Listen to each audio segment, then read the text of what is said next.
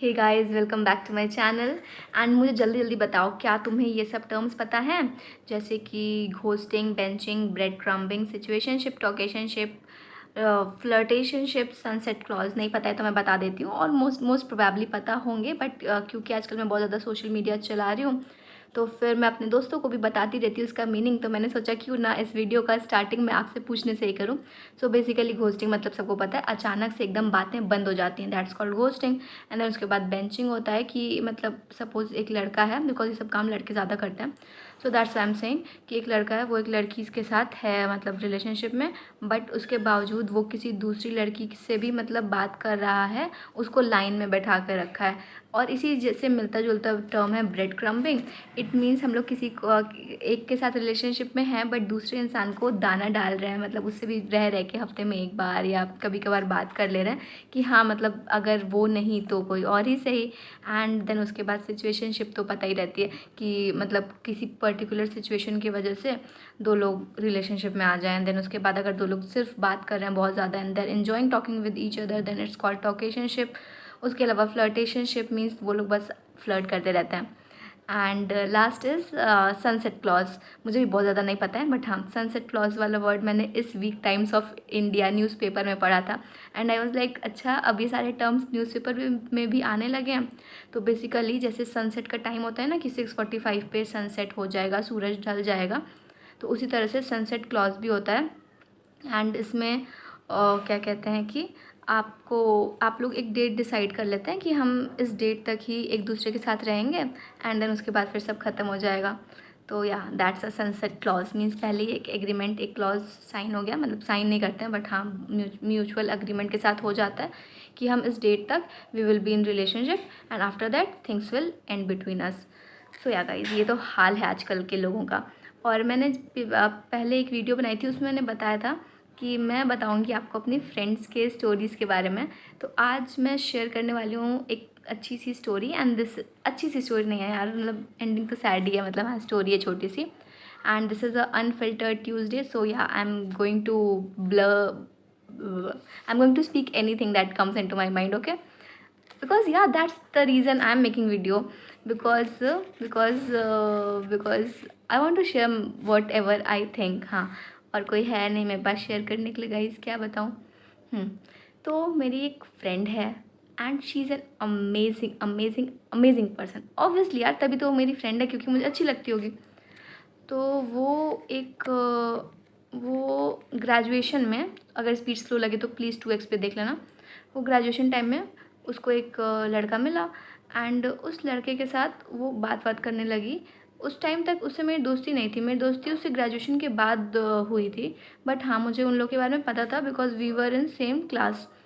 और उस लड़के की वजह से उस लड़की की जो एक और मतलब बेस्ट फ्रेंड थी, वो उससे बात करना उसने बंद कर दिया बिकॉज बेस्ट फ्रेंड गुस्सा हो गई कि तुम तो हमेशा उसी के पास रहती हो, ये है वो है। तो उसका उससे भी बात बंद हो गया।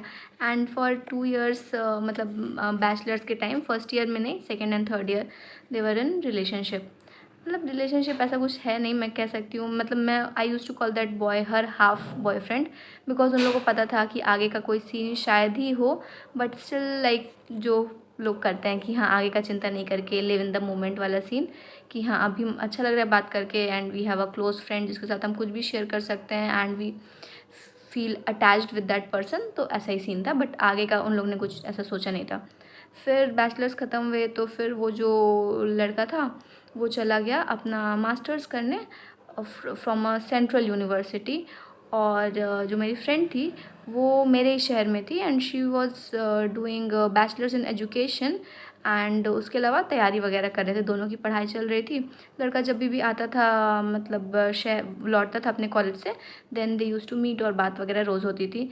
एंड उस लड़के ने उसको मतलब कुछ क्यूट क्यूट गिफ्ट्स भी दिए थे, लाइक मतलब वो बहुत ओवरवेल्म्ड हो जाती थी जब उसको कोई देता था। वो एक बार कभी बोली होगी कि I want a red scarf, तो उसने उसको भिजवा भी दिया। आप मतलब बहुत टाइम बाद, बट हम भिजवा दिया। And then she was like यार उसको याद था। तो फिर मैं भी कभी कभी पूछ लेती थी हाँ उसकी पढ़ाई कैसी चल रही है, क्या सीन है क्या नहीं। और उसके बाद अभी इधर कुछ टाइम पहले की बात है, शी टोल्ड मी तुमको कुछ बताना है। मैंने कहा क्या? तो फिर उसने बताया कि वो जो लड़का था वो उसको मैसेज किया कि मिलना है, एंड देन शी टोल्ड कि नहीं यार आज तो नहीं मिल पाएंगे। एंड फिर उसने मैसेज पे उसको उसने कहा ठीक है कोई बात नहीं, और मुझे तुमसे कुछ कन्फेस करना था। तो वो कहती है कि क्या कन्फेस करना था। तो फिर वो कहता है कि यार मेरी जब मैं वहाँ पे मास्टर्स कर रहा था तो फिर मुझे एक लड़की पसंद आ गई थी एंड मैंने तुम्हें चीट किया है। एंड उसके बाद वो सुन के मेरे दोस्त को बहुत ज़्यादा दुख हुआ कि मतलब ये कैसे हो गया, और अगर हो गया तो वो बता क्यों रहा है। तो बेसिकली उस लड़के ने जिस लड़की के साथ चीट किया था, मास्टर्स ख़त्म होने के बाद वो लड़की दूसरे लड़के के साथ चली गई, वो लड़की ने भी उसको चीट किया। तो बेसिकली वो लड़का अपना गिल्ट कम कर रहा था बिकॉज उसको लग रहा था कि मैंने चीट किया है, इस वजह से मुझ पर चीट हुआ है। तो इसी वजह से वो उस लड़के ने शेयर किया। तो फिर मैंने बोला कि ठीक है, अब जब ये सब चीज़ें हो गई हैं तो फिर अब कोशिश करना कि मत मिलना। लेकिन उसके बाद भी मतलब आई थिंक वो मिली थी उससे एंड देन फ़ोन पे भी बात हुआ था, means as friends, not in that way. But हाँ, अगर उसने चीट किया था तो फिर बात ही नहीं करते हैं, लेकिन अब क्या ही कर सकता है। तो या गाइज, ये थी छोटी सी story that tells about the reality of being in a relationship these days, and that's why I think that प्यार में 100 उलझने हैं, प्यार मत करना, बिकॉज क्या ही फ़ायदा। एंड इसके साथ ही मुझे ये भी लगता है कि आज के टाइम में लव मैरिज से बेटर है अरेंज मैरिज। ऑल्दो मेरे पेरेंट्स ने खुद भी इंटरकास्ट लव मैरिज की है and they are quite chill about it, but I think आज के सिनेरियो में arrange marriage is best because घर वाले खुश रहते हैं यार। मतलब मेरे सपोज़ फॉर एग्ज़ाम्पल मेरे parents are okay with it, but ज़रूरी नहीं ना है कि जो फ्यूचर पार्टनर हो उसके भी पेरेंट्स खुश हों उससे। तो उस वजह से इन सब झंझटों में क्या ही पढ़ना। Like I do agree love is a nice thing and I have written a lot of poetries on love and all these feelings, but अगर नहीं पढ़े हैं then also it's not that bad. मतलब लोगों को लगता है यार कभी नहीं थी, बहुत सारे लोग होते हैं जिनका कभी कोई नहीं रहता है एंड आई थिंक उनके जो फ्यूचर पार्टनर्स होंगे वो लकी होंगे, आई मस्ट से। मतलब उनको कभी भी कंपैरिजन सुनने को नहीं मिलेगा कि तुम मेरा एक्स ऐसा था, मेरा एक्स वैसा था। उन लोगों को कोई भी कंपैरिजन सुनने को नहीं मिलेगा। सो या गाइस, मैं love marriage versus arrange marriage पे कभी बाद में वीडियो बनाऊंगी। And to be honest I don't like talking much about these things because ना, मतलब आई डिड नॉट, पहले मुझे नहीं पसंद था, अभी तो मैं मस्त खुल के बात कर लेती हूँ सबसे, बिकॉज मेरे आसपास जितने भी लोग हैं सबका कोई ना कोई है ही, तो मुझे सुनने को मिल जाता है और फिर उसके बाद सुनने को मिल जाता है तो फिर मैं भी सुना देती हूँ जो मेरा सोशल मीडिया से एकत्रित किया हुआ ज्ञान है। बट या और I also think that like I am in my mid 20s, तो मैंने सोचा है कि अभी 3-4 साल अभी तक तो हुआ नहीं, तो अब आगे भी नहीं होगा। बिकॉज मुझे लगता है कि प्यार में पड़ने की एक एज होती है, although people say that love has no ages और love has no boundaries, but ऐसा नहीं है। सब चीज़ मैटर करता है। आपकी वाइब सेम होनी चाहिए, आपकी कास्ट सेम होनी चाहिए, आपका सोशल स्टेटस सेम होना चाहिए, आपका मेंटल स्टेटस सेम होना चाहिए, आपका फाइनेंशियल स्टेटस सेम होना चाहिए, सब चीज़ सेम होना चाहिए फॉर अ मैरिज टू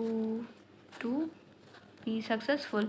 आज के टाइम में जब डिवोर्स रेट बढ़ते ही जा रहे हैं, तो या डेटिंग का मार्केट इज़ बढ़िया, मतलब लोग मज़े से डेट वेट कर रहे हैं, काफ़ी खुल गए हैं, but marriage market is not that good because trust करना किसी पे भी मुश्किल हो जाता है। So the best thing that we can do is work on our self. एक बार मैं बहुत परेशान थी तो मैंने अपने दोस्त से बोला कि यार मतलब हाँ, कि कुछ बातें बताने में थोड़ा सा मैं शर्मा जाती हूँ गाइस, बट इट्स ओके, ये सब नॉर्मल बात है, मुझे भी पता है, मैं ही थोड़ी वियर्ड हूँ।